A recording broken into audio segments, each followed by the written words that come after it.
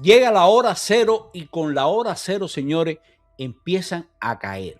Empiezan a caer las fichas del ajedrez castrista que hasta ahora se estaban moviendo por Miami y por muchos lugares de los Estados Unidos como si nada pasara.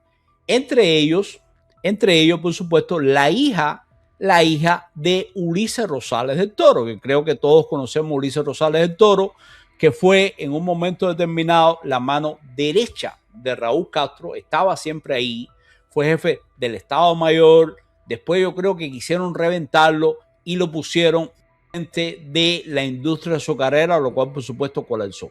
¿Qué tenemos aquí, señores? Aquí tenemos la ficha de la detención de Alina Rosales Aguirreta. Bueno, aquí tenemos la ficha de búsqueda de la hija de Rosales del Toro, que de nuevo acaba de ser capturada por ICE, por inmigración, porque sabe Dios que dijo en sus documentos de aplicación. Y toda esta gente cercana al régimen castrista tiene que caer. Bastantes que han robado, bastantes que han apoyado todo tipo de privaciones al pueblo cubano. Por supuesto que esta persona tiene que pagar, como tienen que caer también las sobrinas de Marrero y tantos otros que andan pululando por aquí, que de repente montan unos negocios espectaculares con mucho dinero, empiezan a mover millones de dólares y nadie sabe de dónde salir. Por supuesto que sabemos de dónde sale, señores, del lavado de dinero descomunal, de todo lo que le han robado al pueblo. O sea, toda esta gente tiene que caer y ya están cayendo. O sea, como les comentaba, Rosales del Toro no es un nombre menor ni mucho menos. Fue parte de la vieja guardia castrista, vínculos directos con Fidel, Raúl Castro, el narcotráfico y toda la suciedad, todos los negocios en que ha estado involucrado el régimen castrista. O sea, la detención de la hija de Ulises Rosales del Toro envía una señal contundente. Nadie en la familia del régimen está exento ni va a estar a salvo en territorio americano. Para mí es clave. Recuerden que en estos días también cayó Adis Lastres Moreira, la hermana de Ania Guillermina Lastres, o sea, la generala que es presidenta de Gaesa, que ya fue trasladada desde Miami a South Louisiana precisamente para ser procesada por ICE, un centro con capacidad para 1,000 detenidos y con duras condiciones para los recluidos, lo cual, señores, se merece sin ninguna duda. Habíamos estado cubriendo todo lo que decía el hijo, que parece mentira, que luego cómo van a hacer eso a mi mamá, si nosotros pagamos impuestos. Bueno, pero lo que pasa es que su mamá es cómplice de la dictadura. Su mamá, en menos de 2 años, estaba moviendo miles y cientos de miles de dólares en negocios de bienes raíces. Y ya sabemos de dónde viene ese dinerito. De hecho, Marco Rubio es quien revocó personalmente la residencia permanente de esta persona, hermana de la presidenta de Gaesa. Para mí, todo esto está más que justificado y de nuevo tienen que venir más detenciones. Se habían demorado demasiado.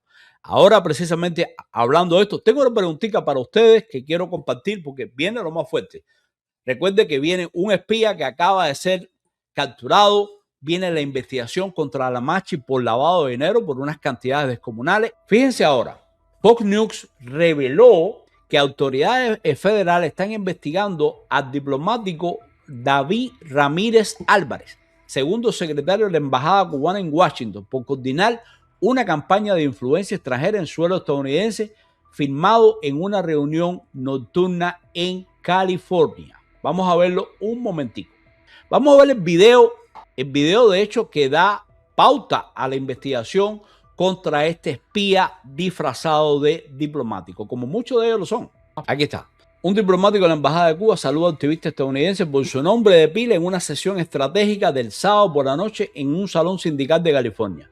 Luego les informa sobre legislación congresional, objetivos de cabildeo y esfuerzos de organización a nivel nacional para presionar a los legisladores en nombre de La Habana, controlada por los comunistas. Funcionarios estadounidenses están investigando a David Ramírez Álvarez, un diplomático de la embajada, por presuntamente coordinar campañas de influencia extranjera en suelo estadounidense. Pero miren lo que pasó aquí. One of the questions was, these are for some of the organizers here in LA. What are some of the asks that they should relay to legislatures or to, legislators around the demands of Cuba? Didn't understand quite clear. Mírenlo aquí, señores.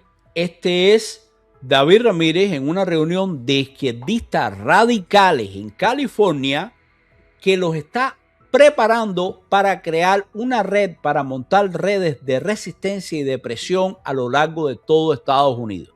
Y miren lo que dice este fenómeno, este que sale aquí con el pullover negro, que habla un inglés bien cacharroso. Escuchen. The question, what I can do is give you an update of what's happening in Congress right now, what are the actions that are being put forward right now. Right now, currently, it's ironic, but it's one of the most active moments in, you might say, the past 10 years in regards to Cuba, regarding, legislations and legislative actions. Hopefully there are different groups here that I can see. Bueno, básicamente, ¿qué está diciendo este espía enmascarado de diplomático, señores? ¿Cómo influir en los Estados Unidos a favor del régimen fascista de La Habana? O sea, cómo hacer cabildeo. Y adivinen con qué grupo se reunió, quiénes están presentes en esa reunión donde vemos a este personaje con la gorrita de Che Guevara, una estrella roja. O sea, más comunista, más peligroso no puede ser. Fíjense los grupos que estaban ahí. Código PIN, the People Forums, o sea, la otra organización, la Coalición Democrática Socialista de América. Ya ustedes saben de dónde viene todo esto. O sea, la investigación que empieza de inmediato contra este individuo examina si todas estas actividades violan la ley FARA de 1938, cuyo incumplimiento intencional es delito penal. El Departamento de Justicia y el Tesoro ya tienen bajo la lupa a 145 organizaciones como estas que estaban presentes aquí.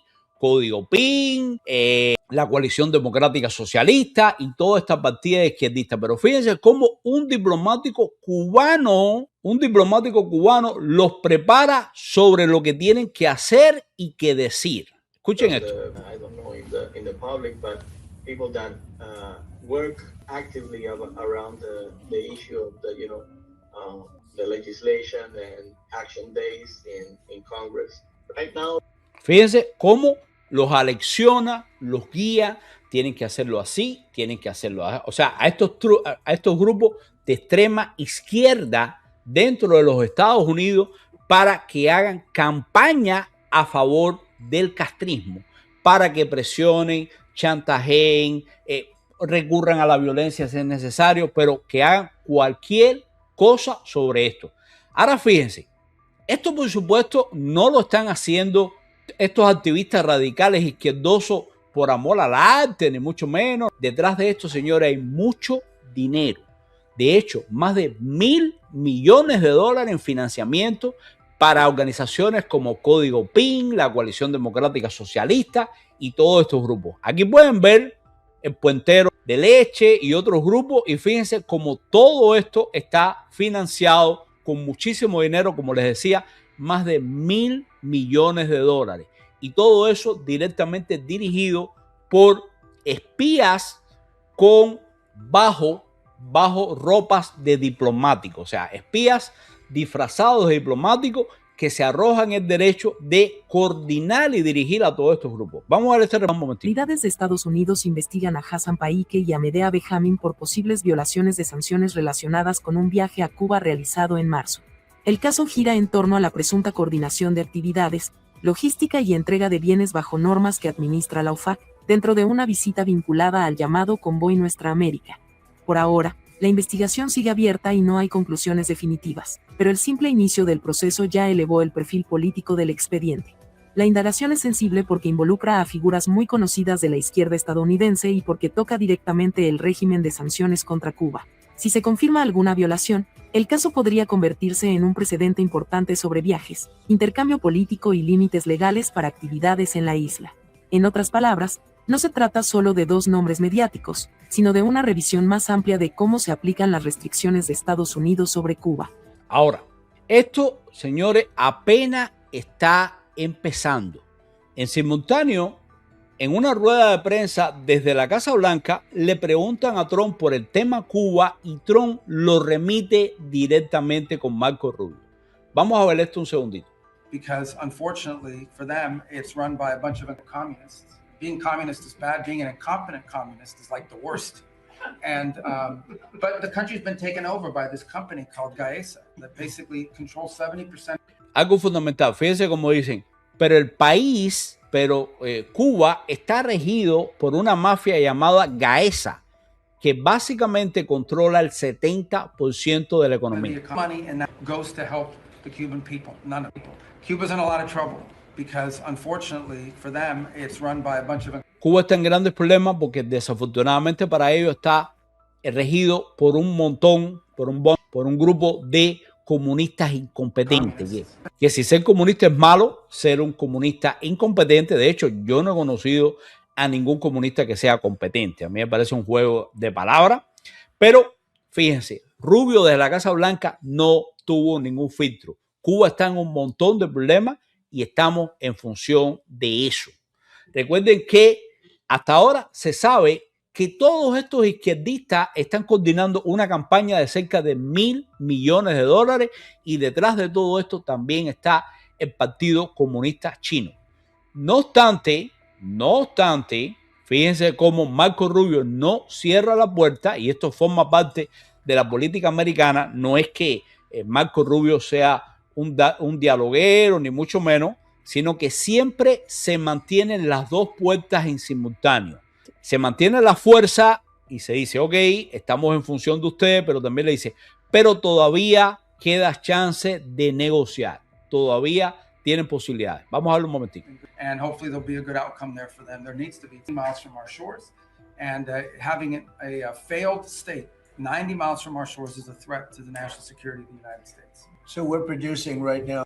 Ya están diciendo, bueno, no obstante, podemos hacer algo, simplemente queda en ello. O sea, le siguen tirando un puente de plata. Le siguen diciendo, ok, aquí tienen un puente, podemos hacer algo, podemos hablar, podemos negociar, pero al mismo tiempo,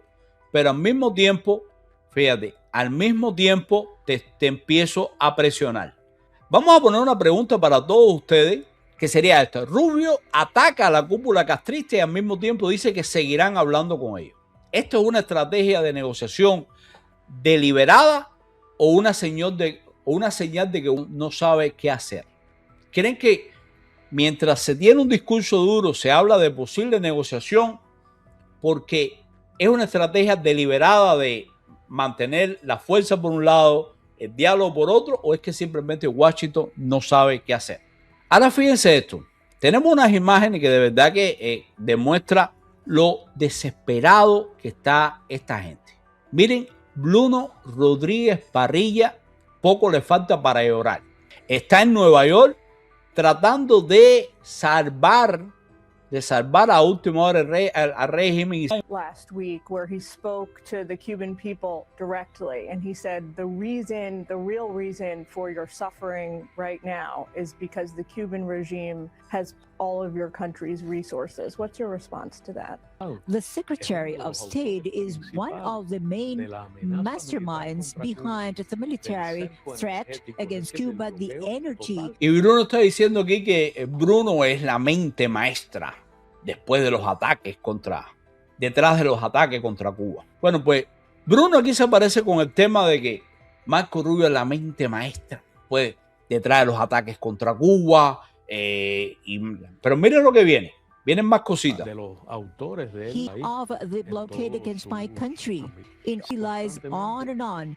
He intend to deceive the que pretende engañar a la opinión pública estadounidense, al Congreso, porque no, Cuba no es una amenaza. Señores, lo ha demostrado.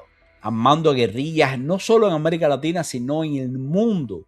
Espiando a los Estados Unidos, vendiendo la información, infiltrándolo a los más altos niveles. O sea, ¿qué no ha hecho el régimen castrista contra los Estados Unidos para destruirlo? Inundándolo de droga. O sea, es algo que no ha cambiado absolutamente para nada. Y aquí remata diciendo, no, Rubio no es cubano, no nació en Cuba, no conoce. Pues, compadre, Rubio conoce más lo que está pasando dentro de Cuba que tú mismo, porque tú vives, Bruno Rodríguez, tú vives en una burbuja.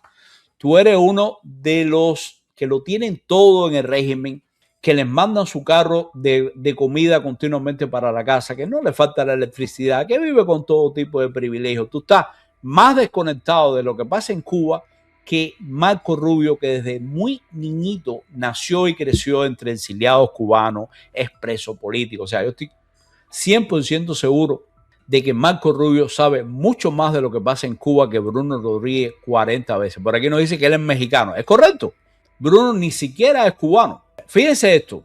Hay un dato extra que denuncia la hipocresía del régimen. En marzo del 2026, Estados Unidos autorizó cargamentos de combustible de Cuba valorados en 8.7 millones de dólares para el sector privado, mientras La Habana culpa el bloqueo energético de todos los apagones. Bueno, ¿qué hicieron con ese petróleo? De hecho, pueden seguir comprando, nadie lo ha impedido.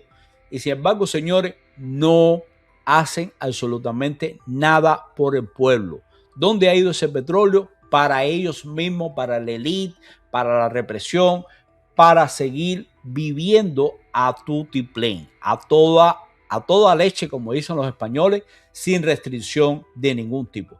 Pero, por si fuera poco, señores, hay más malas noticias para el castrismo, y es que, el barco ruso, el famoso barco ruso petrolero que estaba dando vuelta y que se pensaba que en algún momento iba a llegar a Cuba, cambió de ruta. Ya no hay ni siquiera esperanza de que pueda llegar ese petróleo en Cuba. Y esa es una de las razones que me hace pensar, señores, de que ya le dijeron, oye, ni vayan, que esto está en los finales y aquí puede pasar cualquier cosa. La tripulación va a estar en peligro, el barco va a estar en peligro, no es momento para atracar en Cuba, ni mucho menos. Se acabó el petróleo para Cuba de Rusia y de terceros países. Por ahí, la Claudia Sheinbaum, a pesar de todo lo que habla, esto que lo otro, nada de petróleo para Cuba tampoco. De hecho, vamos a ver, hablando de Claudia, vamos a poner unas imágenes de la presidenta de México para que ustedes vean la hipocresía. Como ella dice que es injusto enjuiciar a Raúl Castro por algo que pasó hace 30 años. Pero sin embargo, ella está dispuesta a denunciar a Hernán Cortés por algo que sucedió hace 500 años. Fíjense la hipocresía de esta señora. Escuchen esto. De lo que están acusando a Raúl Castro. O 20, no sé. Perdón. El caso de Cuba ocurrió hace 15 años. De lo que están acusando a Raúl Castro. O 20, no sé. No, chécale cuántos años. 96. Bueno, 30 años. Hace 30 años, imagínense. O sea, ¿qué sentido tiene que en este momento acusen a una persona por algo que ocurrió hace 30 años? Hernán Cortés. No, simplemente no, deberían olvidarlo. O sea, el asesinato de 4 personas, ojo, 4 personas que vivían en los Estados Unidos y por lo tanto el gobierno de los Estados Unidos, la fiscalía está acusando al autor intelectual del asesinato de estas 4 personas. Pero si fuéramos a sumar los cubanos víctimas de Raúl Castro, se cuentan por cientos de miles, con listas, con todo bien documentado. El asesinato, señores, es un crimen de lesa humanidad y no caduca. Así hayan pasado 30 años, bueno, como la misma Claudia ahora lo comenta en otro caso. Escuchen esto. Cortés se caracterizó por ordenar matanzas, por ser uno de los más crueles invasores. Ese era Hernán Cortés, el que ordenó la matanza de Cholula. Familias enteras asesinadas. Hernán Cortés cometió un sinfín de atrocidades contra los indígenas o los indios mexicanos y mexicanas. El caso... O sea, ella no olvida Hernán Cortés que conquistó México. Señores, eso fue en el siglo XVI, hace 500 años. Ella no lo olvida, pero sin embargo le parece irracional, le parece completamente loco que se trate de juzgar a Raúl Castro por asesinatos cometidos hace 30 años. O sea, están investigando una presunta red de lavado de 320 millones de dólares. ¿Quién es la lavadora? La machi, la no primera dama, Liz Cuesta, la esposa de Díaz Contado o Díaz Canel. Dinero lavado en Europa y Dubái. Y al mismo tiempo se filtran fotos de una mansión, una de las tantas mansiones secretas de Mariela Castro. Esta que acaba de salir diciendo que van a defender al papá, que su papá no lo van a secuestrar. O sea, de hecho, el investigador Luis Domínguez y el periodista Mario Pentón, a quien por supuesto le damos todo el crédito, revelaron esta residencia de Mariela Castro Espín, por supuesto, la hija más mediática de Raúl Castro, directora del CNC, en el exclusivo reparto Atabey de La Habana, colindando con el Laguito. Pero fíjense esto, la propiedad no es una casita cualquiera, es un complejo de 3 parcelas unificadas con una edificación principal de 6 dormitorios y 3 baños para solo 4 personas. Toda la carpintería fue elaborada con cedro mara, importado desde la Amazona brasileña y caoba de Santiago de Cuba. Fíjense como a la hora de darse su lujito, esta gente no se mide. Simplemente no tienen freno. Vamos a ver esto un momentico, señor. Revelan imágenes y detalles de una residencia vinculada a Mariela Castro en una de las zonas más exclusivas de La Habana. Una propiedad que vuelve a poner sobre la mesa el contraste entre los privilegios de la élite y la realidad del cubano de a pie. La vivienda está asociada al reparto Siboney, un área privilegiada donde ya se había reportado antes la mudanza de Mariela a una mansión conocida como Villa Palmera, en la calle 17, entre 206 y 214. Miren la piscinita, señores, qué modesto todo. Y todo hecho con maderas traídas desde el Amazonas y caoba de Santiago de Cuba. Ahora, fíjense esta mansioncita de Mariela Castro, digo mansioncita, irónicamente tiene 6 dormitorios, tiene 3 parcelas, tiene una piscina olímpica de entrenamiento de 20 metros construida en el 2014, una terraza techada con aire acondicionado, nada más y nada menos, un horno especializado para pizza y un organopol privado con cultivos y cría de cerdos que garantizan que ni los apagones ni el hambre nunca lleguen. Ahora, mi pregunta para ustedes, señores. Mariela Castro lleva décadas defendiendo el castrismo cubano, pero vive en una mansión con piscina olímpica y madera importada desde el Amazonas. ¿Creen que ella de verdad cree en el discurso castrista o simplemente es otro oportunista? Yo sé que esto suena como una pregunta retórica, pero quiero que ustedes me confirmen. ¿Creen que de verdad ella cree en el discurso de su padre, de su tío, de la revolución, o simplemente es otro oportunista más que vive a costa de robarle al pueblo cubano? Déjenme saber. Ahora fíjense, además de esto y simultáneo con esto, un medio como La Tijera saca una investigación donde se denuncia a Liz Cuesta como parte de una operación de lavado de dinero que involucra más de 300 millones de dólares. Y vamos para allá. Fíjense cómo todo el mundo va cayendo, como todo esto se conoce en detalle y cómo la verdad, aunque sea tarde, señores, se va abriendo paso. Fíjense esto, de nuevo. Liz Cuesta, la no primera dama, sale en una investigación publicada por el medio de La Tijera que señala una red de lavado de dinero vinculado a altos dirigentes del régimen operada mediante empresas de fachada en España, República Dominicana, Panamá y Turquía. Según este reporte, Liz Cuesta, la esposa de Díaz-Canel, controlaría mediante testaferro al menos 7 propiedades valoradas en 14.8 millones de euros, incluyendo inmuebles en Madrid, una villa en Punta Cana, lavadas posteriormente con Bitcoin en plataformas de Dubái.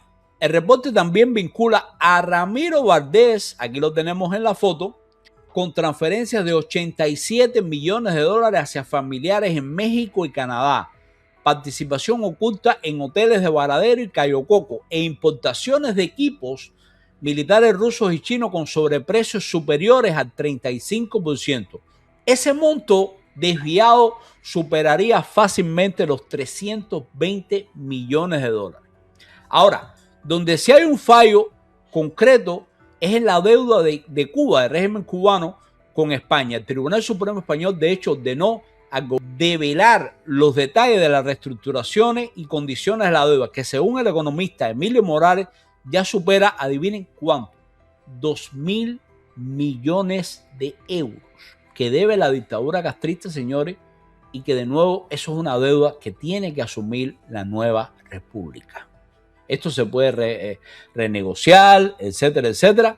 Pero señores, ¿hasta dónde van a seguir robando dinero para desviarlo? Aquí tenemos pruebas que demuestran cómo Mariela Castro, por una parte, Ramiro Valdés, etcétera, etcétera, toda esta gente no han dejado de desviar dinero hacia el exterior, lo siguen haciendo y es importante que esto se tenga en cuenta. O sea, Cuba nunca les paga y ellos terminan por rescatar a esas empresas españolas, sacando dinero de los impuestos de los españoles, y ese ciclo vicioso continúa. Lo hemos visto con el enjuiciamiento contra Zapatero, cómo Zapatero lucró muchísimo, se robó muchísimo dinero a través de negociaciones con el régimen chavista, con los Emiratos. Todo eso está saliendo ahora mismo.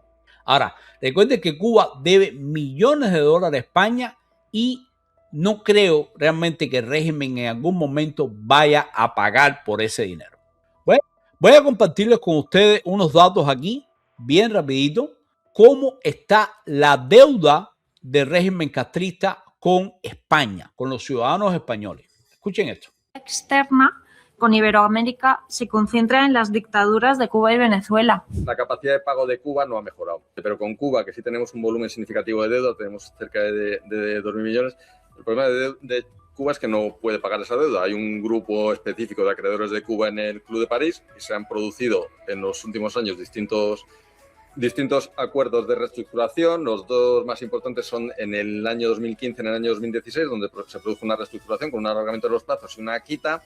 En el año 2021 se ha firmado un nuevo acuerdo de reestructuración, que en este caso sin quita, que consiste en un alargamiento de los plazos, manteniendo el valor actual neto de la deuda. Y ya le digo que es un problema de difícil solución mientras Cuba no pueda pagar, o sea, porque ahora mismo la situación es la que es. En el año 2000...